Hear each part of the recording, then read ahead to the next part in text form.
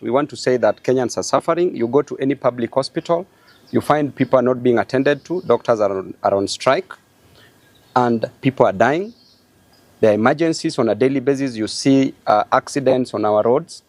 Nobody can be attended to in hospitals. We have our mothers who are expectant, who are supposed to deliver. Nobody is attending to them. We have different situations in different hospitals, and nobody is attending to them. And therefore, the situation is so bad, and we must fight this.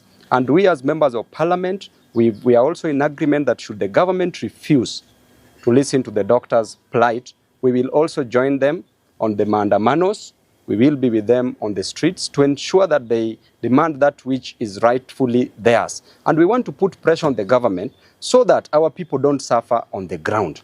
We don't want the government to demand. You must come with the rule of equals and opposites. Number one, invite, do not demand. So when the government is demanding that doctors must go back, what are they trying to do? And number two, when you push, we means the KMPDU, doctors and members of parliament, when you push as the government, we will push. When you pull, we will resist. When you demand, we will refuse. And when you insist, we will turn you down. We want this defunct government to move with speed. The president should not leave the country when there's a serious crisis, when people are dying. The health ministry is unhealthy. The health ministry is sick. The country is sick. And therefore, as a result of that, we have come up with an impeachment motion. We are going back on Tuesday to Parliament. And this is the letter that we've sent to the clerk of the National Assembly so far on an impeachment motion that we want to impeach the Cabinet Secretary for Health, Nakumicha, and we want her to continue staying at the funerals where she's enjoying staying instead of meeting the doctors and doing her job. So the letter reads, notice of motion, the removal of the Cabinet Secretary for Ministry of Health, Susan Nakumicha. Pursuant to Article 152(6) of the Constitution, as read with Standing Order 66, I wish to notify you of the intention to move a special motion for removal of the Cabinet Secretary for Health from office on two grounds.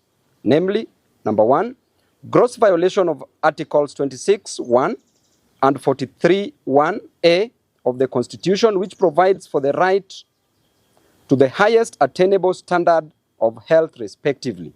And two, incompetence. The Cabinet Secretary, the above grounds are based on the following particulars. The Cabinet Secretary has failed to appreciate the seriousness of the strike and has failed to provide a lasting solution to settle the demands of the medics, including hiring of trainee doctors and payment of salary arrears. Number two, the CS failed to avert the doctors' strike, which has now entered its third week. Those are 21 days. The CS has instead taken a hard line and is instead threatening the striking doctors with immediate sacking and replacement. And therefore, we shall disappoint her and we want the president to appoint somebody else. Number three, as a result of the doctor strike, scores of Kenyans have been unable to access medical care, and in dire cases, some Kenyans have lost their lives. I will be moving this motion and seek the resolution of the House to require His Excellency the President to dismiss the Cabinet Secretary from office. We have attached the necessary evidence in support of the allegations.